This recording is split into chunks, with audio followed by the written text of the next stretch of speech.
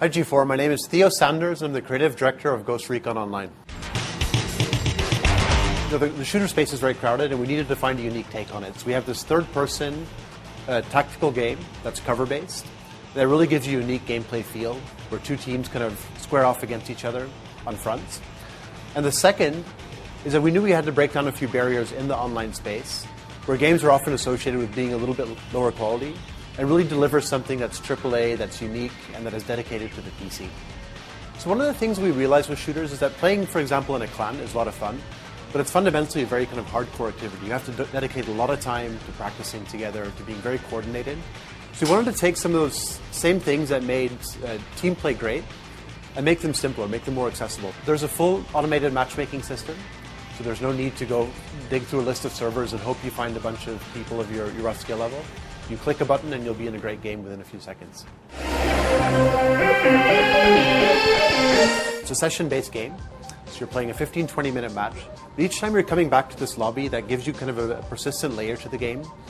So each of the 3 ghost classes, you're leveling up from 1 to 50, you're getting different items and customizing them.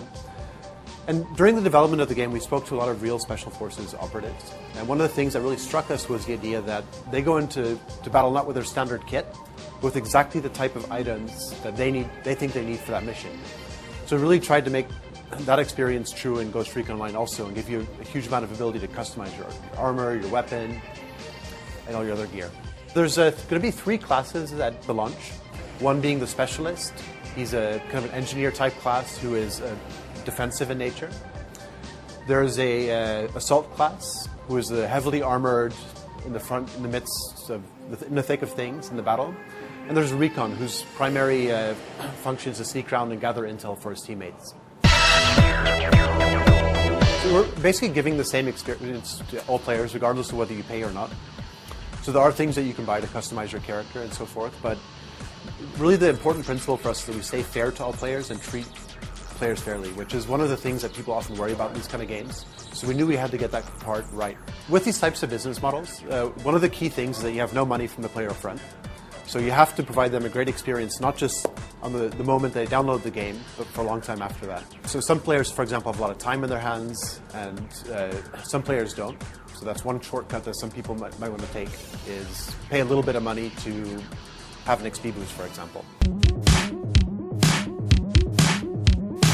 So the game is Ghost Recon Online. We're going to be going into a closed beta starting this summer, and will be widely available by the end of this year. And you can get into this beta by going to ghostrecononline.com and registering, signing up.